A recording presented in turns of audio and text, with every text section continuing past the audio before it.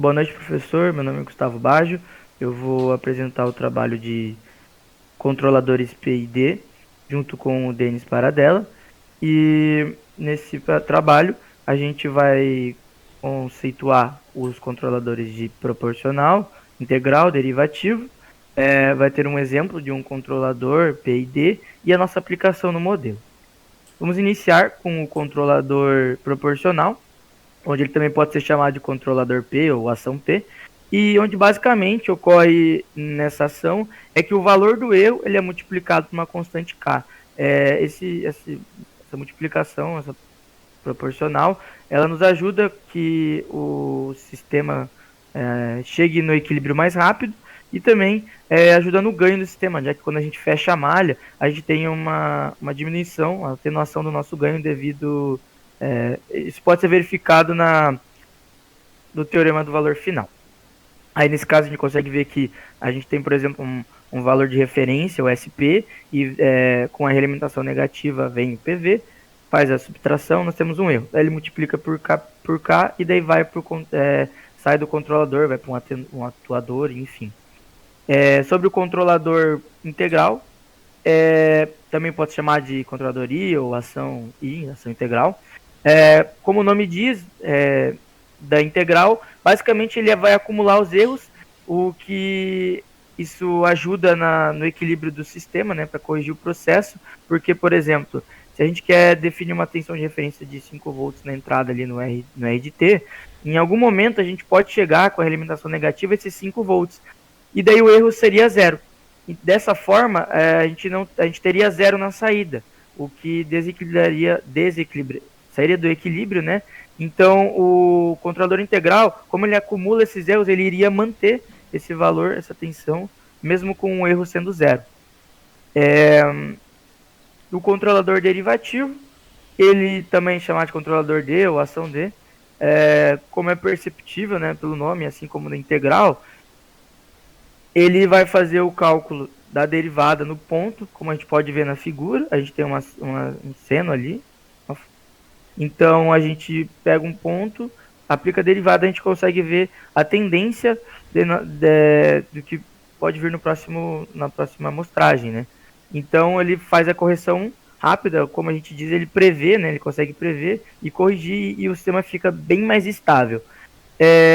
A gente também percebe que uma ação proporcional integral já é suficiente para controlar o processo. Porque, por exemplo, a ação integral, ela só vai atuar a partir do momento que a ação proporcional não atuar mais no sistema, né? Então, a derivativa vem só mais para estabelecer essa questão de estabilidade no sistema. Tem um exemplo que eu posso comentar, que fica mais fácil de se entender, que é esse exemplo do carro. Por exemplo, o controlador proporcional ele atua tirando o carro do zero até os 75 km por hora. Ele aplica uma proporção e tal. A gente não joga até 80 km por hora porque a gente poderia passar e iria voltar. Então joga até 75. A partir desse momento, chegou em 75 km por hora, aí o controlador integral, essa integral começa a funcionar. Porque dele gradativamente de 5 até 80 km por hora, ele vai aumentando gradativamente. A gente pode acelerar esse processo, né? No caso, no nosso modelo a gente vai fazer isso. E a partir do momento que ele chega nos 80 km por hora, o derivativo vem nesse sentido, ele é aplicado quando a gente tem uma clive e o derivativo ele percebe pela reta de tendência, pela derivada, que vai ter esse aumento, ele aumenta um pouco mais a aceleração e consegue manter nos 80 km por hora. Porque daí, por exemplo, os 82 km por hora iam compensar essa subida, né? E num declive também seria o mesmo. Então a gente consegue perceber a função de cada um desses controladores no processo. Juntando os três, a gente tem um processo controlado, ou só proporcional integral, ou só proporcional, enfim. Agora, a aplicação no modelo, eu passo a palavra para o Denis, que ele vai explicar como a gente foi feita no Simulink, e enfim.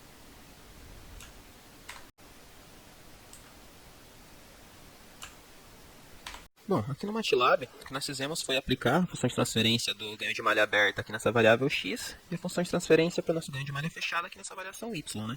Sendo que o nosso ganho de malha fechada é simplesmente dado por aquela expressão lá, que é o ganho de malha aberta sobre 1 mais o ganho de malha aberta. Se a gente reorganizar, vai aparecer uma função de transferência aqui parecida.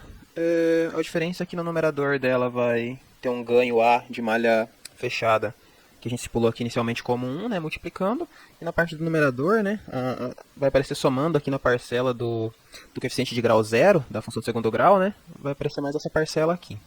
O que essa parcela aqui faz é basicamente modificar a posição do polo dos polos da nossa função de transferência, né. Para provar isso, a gente pode rodar aqui e encontrar os dois polos da função de transferência do ganho de malha aberta, né, que são esses dois. E se a gente perceber, os dois polos da função de transferência do ganho de malha fechada, eles estão modificados aqui na parte imaginária, né. Outra coisa que a gente já pode tirar daqui é aquela afirmação de que se multiplicarmos o ganho de... Se a gente aumentar o ganho de malha fechada aqui, ele vai deslocar os polos, a posição dos polos, como aqui eles já estão sobre o eixo imaginário, né? Então eles vão, a parte positiva vai aumentar com o aumento do ganho e a parte negativa vai diminuir, né? Ou seja, eles vão correr verticalmente em cima dessa linha do eixo imaginário, né? Então aqui como o ganho está em 1, se a gente botar o ganho, por exemplo, em 5 e rodar, a gente vai poder perceber que a parcela imaginária positiva aqui é maior, no caso da função transferência do ganho de malha fechada, e a parcela negativa ainda é menor, ou seja, a afirmação é verdadeira.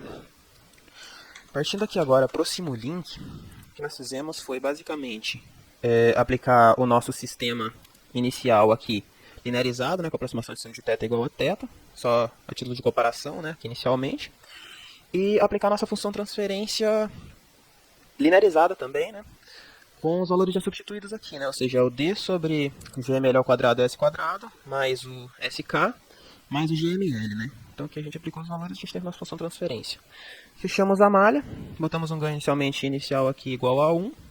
E o que é esse ganho aqui embaixo, né, no fechamento de malha? Como aqui a gente está saindo com um ângulo θ e entrando na teoria com uma força em newtons, a gente precisa achar uma relação aqui que vai converter esse ângulo θ em newtons, né? Porque aqui a gente não pode somar θ com newtons e passar para o ganho, né? Entrar no sistema. A gente tem que entrar Newton com Newton na teoria, né?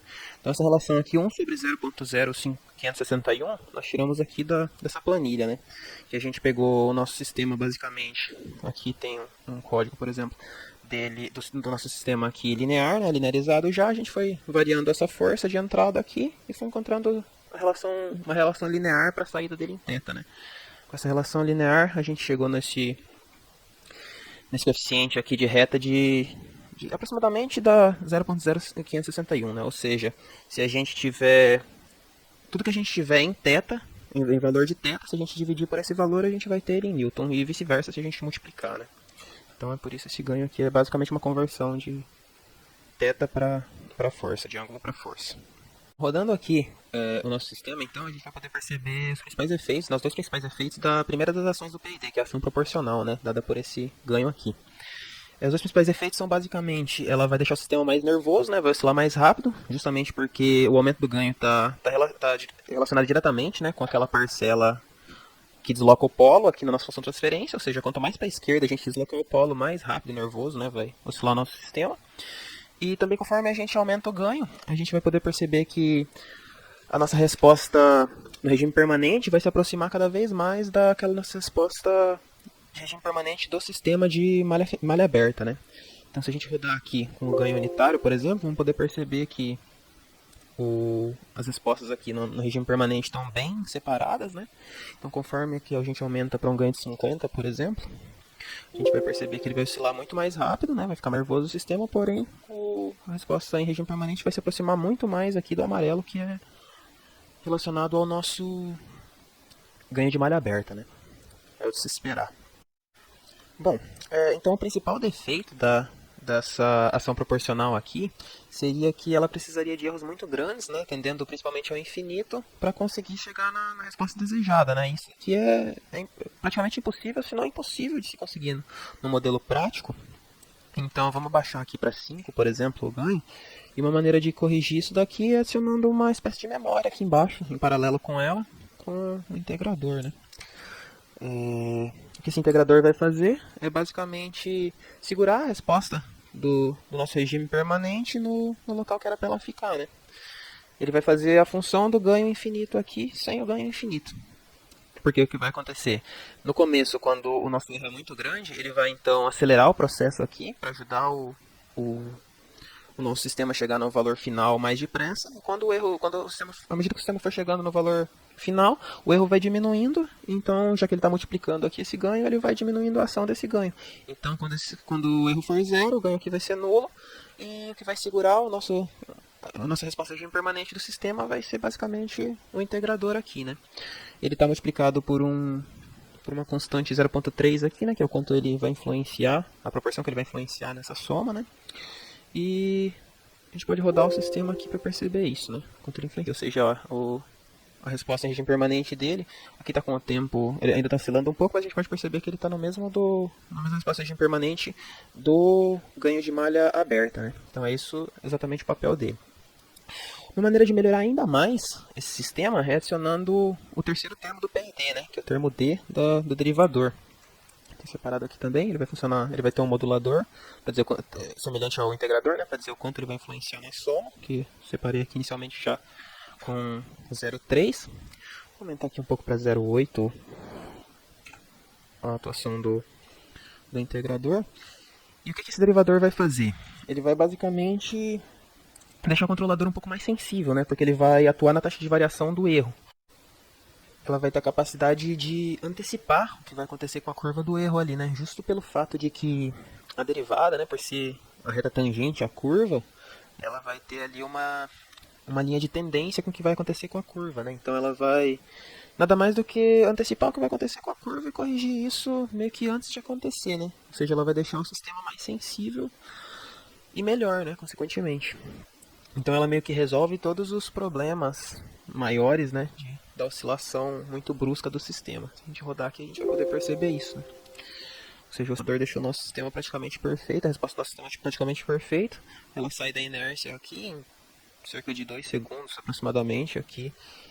Ela vai para a resposta em regime permanente dela e fica lá sem oscilar praticamente nada, né? Com um pequeno sobressinal aqui, mas isso é questão de ajuste, né?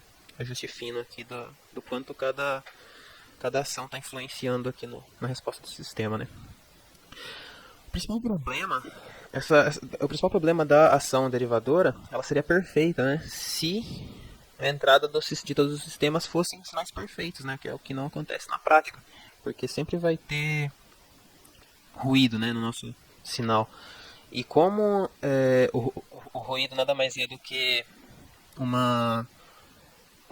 a tangente do ruído, né, basicamente tende ao infinito, né, a derivada do ruído vai para o infinito, então um pequeno ruidinho de nada aqui amplificado ainda vai sujar praticamente toda a resposta do sistema, né. Aqui tem um simulador de ruído que a gente pode aplicar ali na entrada para demonstrar isso, né. Mesmo com o ruído sendo aqui um nível muito baixo, ele ainda vai influenciar na resposta. Ele já está meio que regulado, né? Nós regulamos antecipadamente, né, as modulações aqui para evitar o máximo possível, mas mesmo assim a gente ainda pode perceber que existem algumas pequenas oscilações na resposta, né, provocado justamente por esse ruído com a ação derivadora. Então o nosso modelo do compensador PID para o nosso pêndulo propelido aqui está finalizado. O que a gente pode fazer agora é inserir ele no nosso modelo real, né, do sistema, que está aqui nesse subsistema, que é basicamente um modelo não linear, né? Ou seja, aqui ainda a gente tem a função seno, não somente mais o θ, né, multiplicando aquela constante. A gente pode aqui então recortar tudo o que fizemos e aplicar no sistema de cima, basicamente isso. Só que o que vai mudar aqui vai ser essa relação de proporcionalidade aqui entre a saída θ e a entrada de força, né? Porque essa relação não vai ser a mesma para o sistema não linear, né? Então a gente já calculou essa relação e vamos fazer um corte aqui para substituir os valores e mostrar o resultado. Então aqui fazendo os ajustes a gente chegou nesse sistema, né? Aplicado no nosso sistema não linear. Se a gente simular aqui, vamos chegar na comparação da nossa resposta em malha aberta, né, linearizada, com a nossa resposta em malha fechada no nosso sistema original, né. Então, o nosso trabalho era basicamente isso. A gente agradece pelo tempo, né? E até a próxima.